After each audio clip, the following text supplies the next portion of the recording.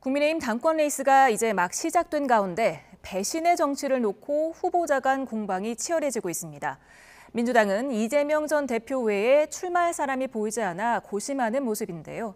이번 주 전국 주요 이슈, 조청래 전 여의도연구원 부원장과 김만흠 전 국회 입법조사처장 이 두 분과 정리해 보겠습니다. 어서 오세요. 네, 안녕하세요. 네, 오늘이 제2연평해전 22주년이 되는 날이었습니다. 국민의힘 당권 주자들 4명 모두 이 기념식에 참석했는데요. 어떻게 보셨습니까? 제가 알기로는 4분 모두 한 건 아니고 3분은 참석하고 한 분은 네네네네. 메시지라고 대신했습니다. 네네네. 했고 이게 2002년이죠, 그죠? 이제 22주년 됐습니다. 2002년에 제2연평해전 나서 그 당시에 장병 6분 전사하고 19분이 부상을 했는데 이게 이제 나라를 지키다가 이게 산화한 장병들의 희생이나 노고를 기리는 성전 기념식이었지 않습니까? 그러니까 당연히 가야 되는데 지금 시점상으로도 북한의 도발이나 위협이 고조되고 있잖아요. 핵, 미사일, 오염, 풍선 등등 되고 있고 또 최근에는 북한과 러시아 간의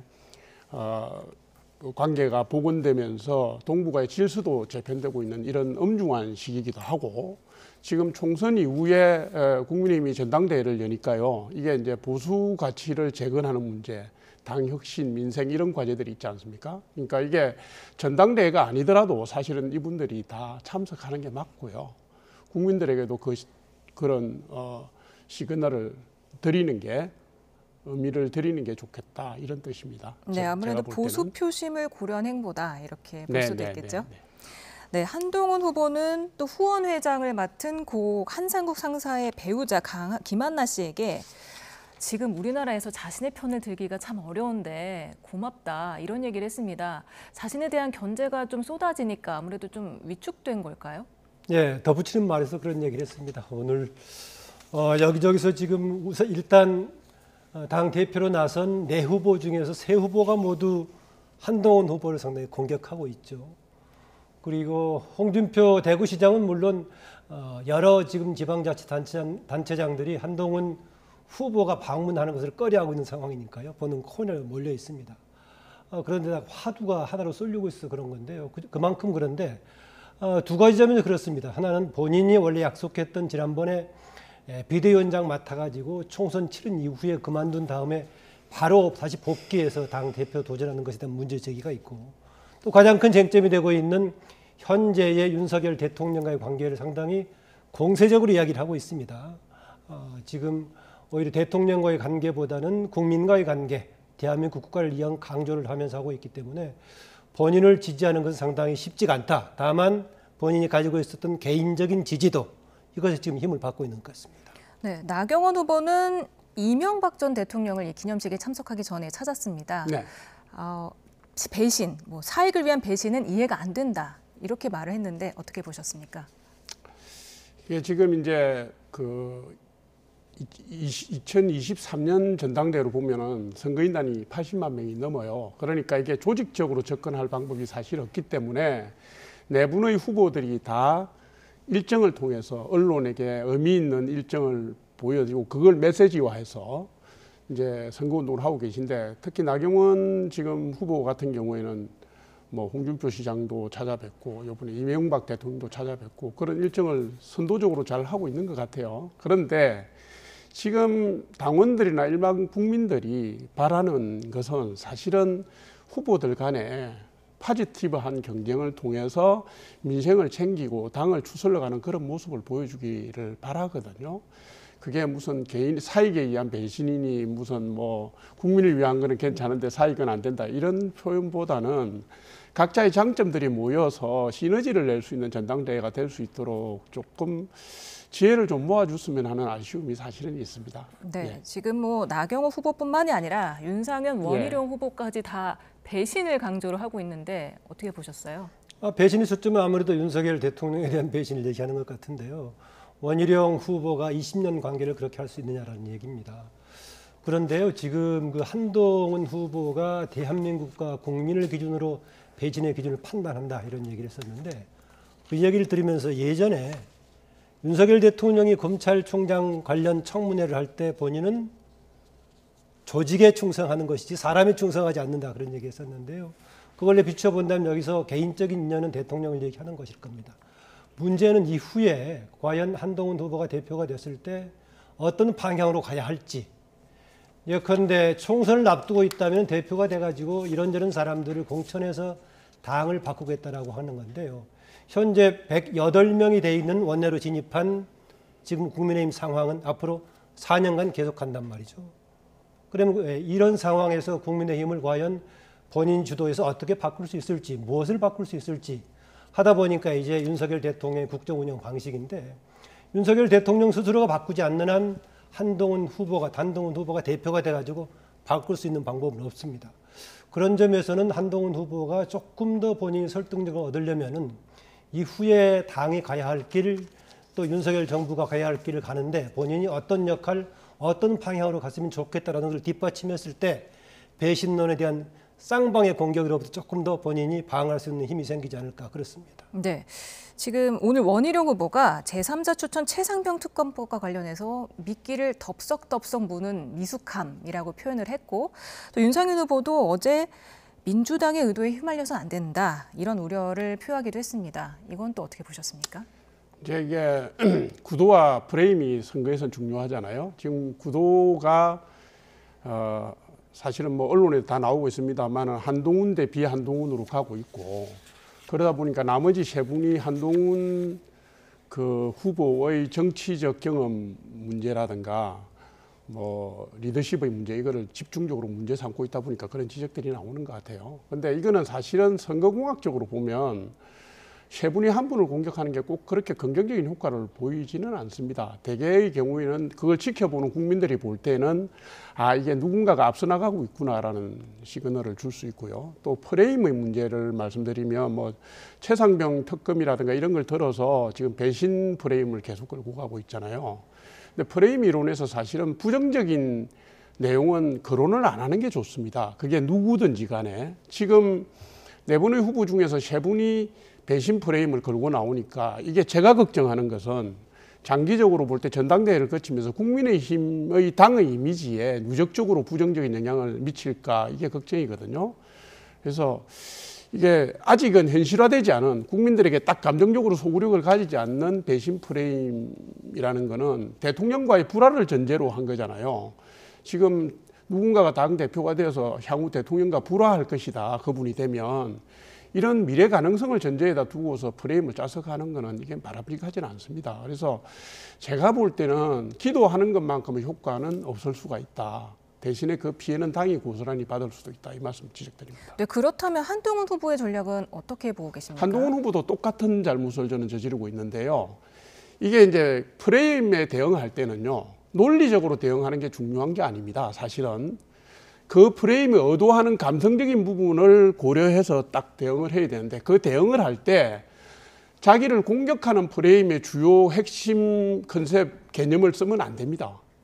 이게 배신 프레임으로 그는데 대답을 갖다가 나는 국민에게 배신하지 않는 정치하겠다, 이런 프레임을 썼잖아요. 그러니까 제가 볼 때는 전략적으로 메시지 전략이나 프레임 전략을 차원에서 볼 때 다소 사려 깊지 못한 대응이다, 이렇게 봅니다, 저는. 네.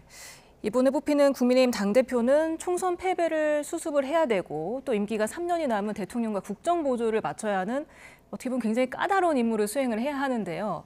친윤을 할 수도 없고 그렇다고 반윤을 할 수도 없는 이런 딜레마에 빠졌다고 볼 수 있을까요?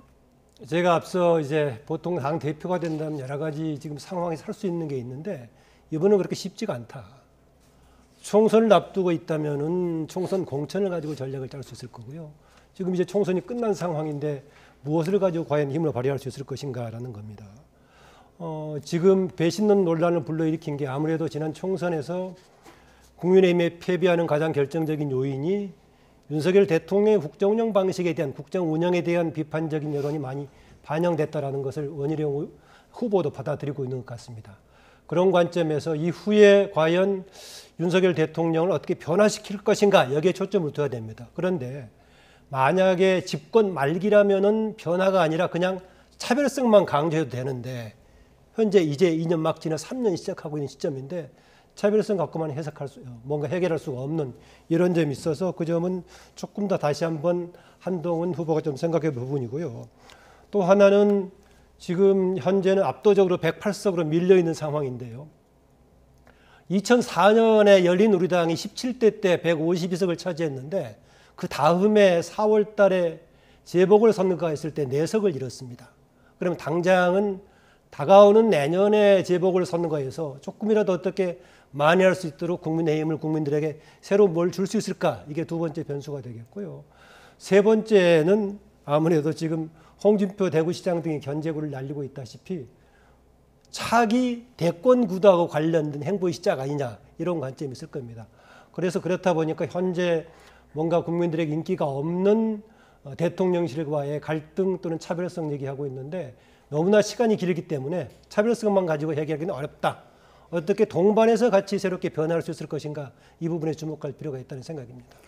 네, 한동훈 후보가 당대표가 될 경우에 당정 관계 파탄은 물론 대통령의 탈당까지 우려된다는 지적에 대해서는 어떻게 보셨어요? 이제 탈당, 대통령 탈당을 이게 이슈로 삼는 건 매우 부적절하고 불편합니다. 뭐냐면 아직 일어나지도 않은 일이잖아요. 그러니까 이거는 누군가가 되면 무조건 이런 상황으로 흘러간다. 그래서 극단적으로 대통령께서 탈당하는 사태가 올 거라는 이런 예상인데 이거는 일종의 제가 볼 때는 절대로 꺼내면 안 되는 이슈라고 봐요. 언급해서도 안 되는 이슈고요. 그런 일이 일어나지도 않는다고 저는 생각합니다. 지금 친윤이니 반윤이니 이런 표현 쓰는데 제가 볼 때는 어느 분이 대표가 되시더라도 정부나 대통령실하고 바라보는 지점이 달라요. 정부나 대통령실은 국정을 운영해 가면서 국민들 살림을 챙기고 나라의 품격을 살리고 운영을 해가는 그런 목표라면 지금 당은 당장 보수 가치도 살려야 되고 핵심도 해서 2026년에 지방선거 승리도 해야 되고요. 2027년에 대선 준비도 해야 되고 2028년에 총선 준비도 해야 됩니다. 바라보는 지점이 다르기 때문에 틀림없이 뭐가 됐든 다른 의견이 나온다 이겁니다. 제가 볼 때는 건강한 긴장관계로 가야 된다. 대통령실하고 당이 민심을 정확하게 전달하는 역할 당이 해야 되고요. 대통령실에서 국정 운영을 하는 데 있어서 제가 볼 때는 이런 방향이나 빈틈이 보이면 당이 조언을 해야 되고요. 그래서 서로 수정할 건 수정하고 보완할 건 보완하는 관계로 가야지 이거를 친윤이 되면 문제가 없고 반윤이 되면 문제가 생기고 이렇게 접근할 문제는 아니고요. 또 그렇게 접근해서는 국민의힘이 국민의 눈높이에 맞는 당으로 다시 거듭날 수도 없습니다. 그래서 제가 볼 때는 강한 경쟁이 후보들 간의 경쟁이 무슨 흥행에는 도움이 되겠지만 그렇다 하더라도 절제할 건 절제하고요.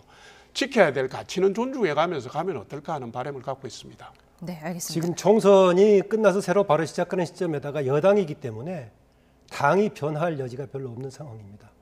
지금 이제 원내를 중심으로 움직일 수밖에 없는데 워낙 압도적으로 소수이기 때문에 108석 가지고 원내 전략을 짜기도 어렵습니다. 탄핵을 저지하거나 아니면은 제의결을 저지하는 정도 수준에 불과하기 때문에 일단 변화의 문제는 저는 당보다는 대통령실 쪽을 중심으로 변화에 초점을 두는 게 맞다 저는 그렇게 봅니다.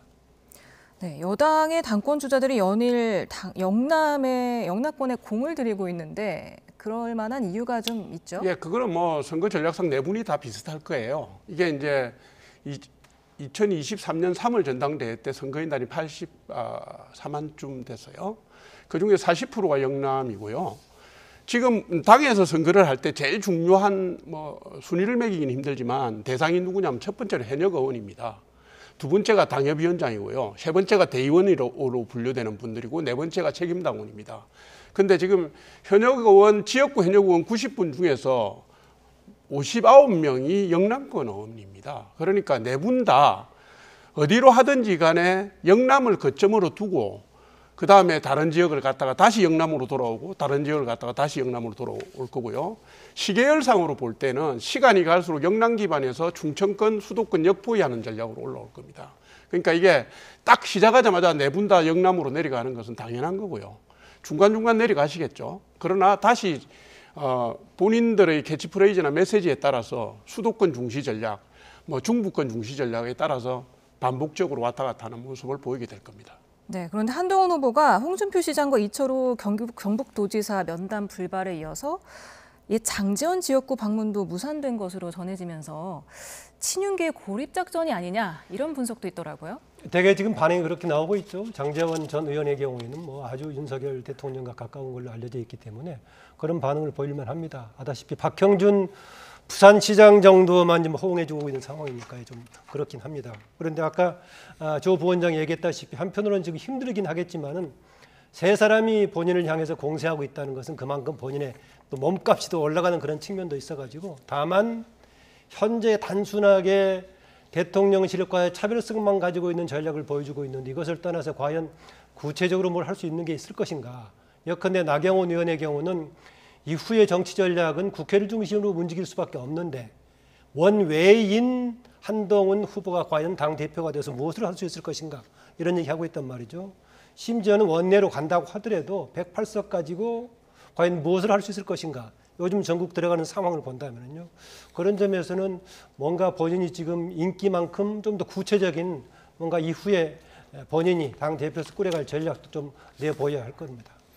지금 어제 나온 여론조사 결과 한국갤럽을 한번 보겠습니다. 한동훈 28%로 1위를 차지했고 또 국민의힘 지지층 사이에서는 굉장히 더 높은 지지율을 보였는데요. 한동훈 대세로는 여전히 이어지는 분위기죠? 제가 말씀드렸다시피 당 내부의 조직이라든가 대통령실을 중심으로 상당히 압박하고 고립화시키려는 분위기가 있음에도 불구하고 여전히 우뚝 앞서가는 이유는 그만큼 인기가 있었죠. 아다시피 지난 총선 때 당의 승리로는 직접 이어지지 못했습니다만은 가는 곳마다 연예인처럼 예능인처럼 이렇게 막 팬심리 작동하고 그럴 정도에 있기 때문에 그런 인기는 있을 겁니다. 그래서 지금 2위 후보들을 이렇게 합해놔도 넘지 못할 정도로 압도적으로 가고 있는 상황입니다. 다만 현재 이제 국민의힘을 반대하는 다른 그 유권자들을 빼고 조사한다고 하더라도 역시 80%를 차지하고 있는 당 내부의 문제가 있기 때문에 아직 거긴 구체적으로 조사에 나온 것이 없죠. 나경원 지금 후보의 경우는 오히려 당 내부의 지금 민심은 다르다 이런 얘기하고 있는데 그 부분을 좀 까봐야 될 겁니다. 아다시피 지난 2년 전에 바로 이준석 전 대표와 나경원 현 후보와 경쟁했다가 당시엔 워낙 그 일반 국민조사에서 이준석 후보가 압도적으로 이겨가지고 됐었는데요.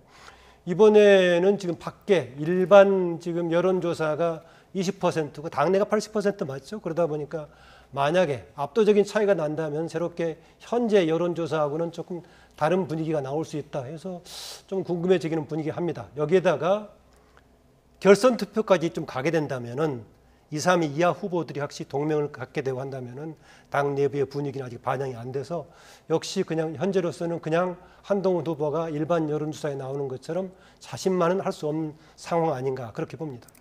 네, 민주당은 어제 민주당 전당대회 준비위에서 단독 출마룰을 결정하는 걸 유보했습니다. 다자 출마를 좀 염두에 둔 걸까요? 뭐 유보할 수밖에 없잖아요. 만약에 그 1인 출마를 전제로 해서 그 전대 룰을 짜면은요 민주당 전당대회는 바로 김이 빠집니다. 그러니까 뭐 흥행이고 뭐고 얘기할 새도 없어요. 그나마 지금 뭐 제가 볼 때는 민주당이 내부에서 그나마 여러 가지 가능성을 만들어 보려고 당력을 집중하고 있는 걸로 보여집니다. 제가 무슨 말씀을 드리는 거냐면 이게 비명이면서 친명이 아니면서 중진급 인사 중에 당대표를 할 정도의 중량감이 있는 사람을 찾아서 설득하려고 하겠죠. 그런데 이거는 누가 나오든지 간에 딱 출마 의견을 내는 순간 개딸들 등의 강성 지지층으로부터 공격을 받을 거고요. 그거보다 더 힘든 게 뭐냐 하면 나갔을 때 의미 있는 득표를 해야 되는데 의미 있는 득표를 못하는 상황이 더 걱정 아니겠습니까? 그러니까 지금 무슨 김두관 전 의원이나 무슨 이인영 뭐 의원이나 이런 분들 얘기가 나왔지만 나왔다 들어가고 하는 것은요. 지금 민주당이 어떤 계획을 세우더라도 상황을 컨트롤할 능력이 없다. 그만큼 이재명 대표 1인 사당화, 이재명 대표의 민주당이 진행이 됐다. 이걸 반증하는 거거든요. 그래서 이게 끝까지 그 시간을 끌고 가겠지만 아마 의미 있는 구도를 만들어내기는 어렵지 않을까 이렇게 보이네요. 네, 그래도 이재명 단일 후보는 좀 민주당 내에서도 부담이 되지 않겠습니까? 김두관 전 의원 출마 가능성 어떻게 보십니까? 김두관 의원이 출마하든 안 하든 상황은 좀 별 변화가 없을 거라고 봅니다. 그나마 이전에 지금 임종석 전 실장이라든가 박용진 전 의원 등등이 이후에 당 대권에 도전할 가능성이 있다 이런 얘기가 있었는데 이른바 경선에서 아니면 컷오프 돼가지고 원내에 진입하지를 못했죠. 그래서 사전에 이미 정비가 돼버렸기 때문에요. 사실상에 지금 한 사람으로 추대가 되는 방식이 되든 김두관 의원 등 다른 사람 옆에 동반해 주든 간에 별로 의미는 없을 것이다라는 겁니다. 왜냐하면 이미 다른 최고위원 출마하는 사람들도 주요 캐치프레이즈가 이재명 대통령 시대를 여는 데 도움이 되겠다. 이재명 시대를 열겠다. 이런 분위기가 돼버려서 누가 옆에 복수가 나온다 하더라도 옆에 들러리의 분위기가 돼버려서 현재 가지고 있는 상황에 크게 변수는 없을 거다라고 봅니다. 네. 이재명 대표는 이르면 10월에 첫 1심 선고를 받을 전망입니다. 지금 공직선거법 위반 혐의 관련인데요. 이게 전당대회에 어떤 영향을 미칠까요? 글쎄 영향 못 미칠 거예요. 9월 6일 날 결심 공판을 하면 9월 6일부터 대략 한 달 내외로 가면 10월 달쯤 1심 선고가 나오지 않겠습니까? 근데 이게 이재명 대표가 지금 언론이 다 나오고 있습니다만 이재명 대표가 당대표를 연임하려고 하는 제일 첫 번째 목적이 사법 리스크 방탄 아니겠습니까? 그런데 8월 18일 날 전당대회를 하고 그로부터 2달 뒤에쯤에 1심 선고가 나오는데 그게 지금 전당대회에 영향을 미치겠나요? 오히려 그거보다는 전당대회 결과를 몰고 가서 이재명 대표가 자신의 사법 리스크를 방탄하는데 민주당을 전당체제로 활용해서 방어에 나설 가능성이 더 커지는 거죠. 지금 제가 볼 때는 이재명 대표의 그런 의도를 저지하거나 반대하거나 할 세력이나 개인이 민주당 내에는 있지 않다. 그러니까 그냥 그대로 밀려갈 거다 이렇게 봅니다. 그런가 하면 김진표 전 의장의 회고록이 지금 논란이 일파만파 커지고 있습니다. 윤 대통령의 이태원 참사에 관해서 특정 세력의 조작 가능성이 있다 이렇게 나오고 있는데 김진표 의장이 지금 자신의 의도와는 상관없이 지금 논란이 돼서 유감이다 이렇게 표명을 했는데 어떻게 보셨어요? 네, 김진표 의장의 추가 얘기까지 이제 글을 올렸는데요. 유감이라는 표현이 딱 맞긴 합니다. 그런데 언뜻 그냥 이제 대통령실 쪽과 확인을 해봐야겠지만은 김진표 의장이 없는 얘기를 했을까 생각은 들긴 합니다. 다만 상황의 느낌은 좀 다를 수 있다라는 거고요. 그 다음에 또 이런 일 불거졌을 때 대통령실에서 좀 정확하게 대응을 해주면 좋겠습니다. 이전에 대파 문제라든가 사실은 지금 최혜병 문제도 대통령실 쪽에서 상황에 맞는 즉각적인 대응을 하지 않아가지고 지금 특검까지 가고 이런 상황입니다. 그런데요, 지금 논란이 됐던 것이 당시에 이상민 장관의 책임 퇴임 문제를 가지고 퇴진 문제를 가지고 나왔던 거 아니겠습니까? 이후에 이상민 장관은 탄핵 소추까지 갔다가 지금 헌재에서 이제 기각이 되긴 했습니다.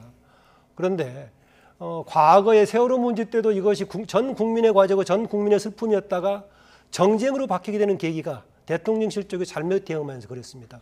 저는 가장 1차적으로 이상민 장관이 직접적으로 얼마나 책임 있는가를 떠나서 뭔가 논란을 불러일으켰던 발언을 처음으로 했던 분이고 주무장관이었기 때문에 굳이 직접적인 잘못이 없다고 하더라도 국정관리 차원에서 대통령이 당시에 퇴임시켰으면 하는 좀 소망이 있긴 했습니다. 그런데 오히려 이 문제를 가지고 더 모든 것을 조사해 봐야 된다.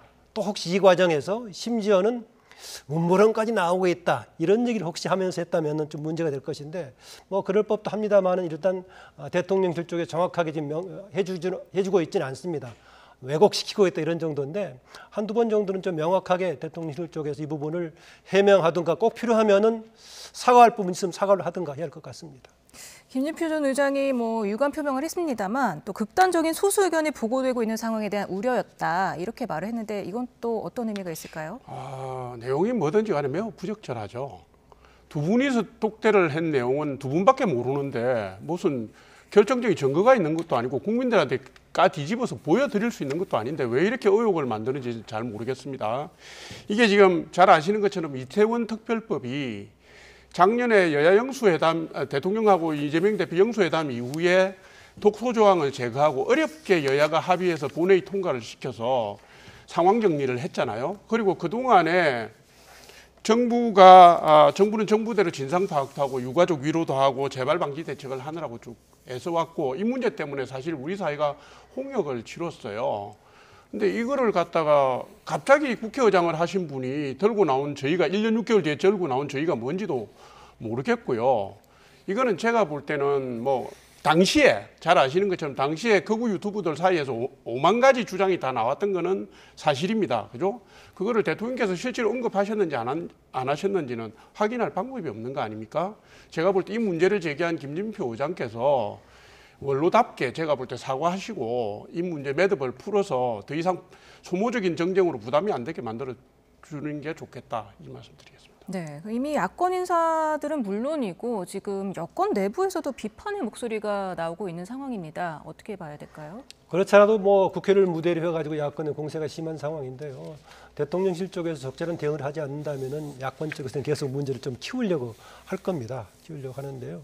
어쨌든 현재로서는 대통령실 쪽에서 적절하게 대응하는 방식밖에 없을 겁니다. 다만 김진표 의장이 저는 사적으로 했던 얘기를 본인이 회고록 비슷한 형태로서 낼 수는 있다. 다만 시간이 많이 지나지 않고 현재 윤석열 대통령 정부식인데 당시 했던 얘기를 이렇게 발표해 가지고 논란 불러일으킨 점은 김진표 의장도 조금 생각이 좀 짧았지 않나 그런 생각을 하게 됩니다. 네, 오늘 말씀은 여기까지 듣겠습니다. 이번 주 전국 주요 이슈 알아봤습니다. 두 분 말씀 고맙습니다.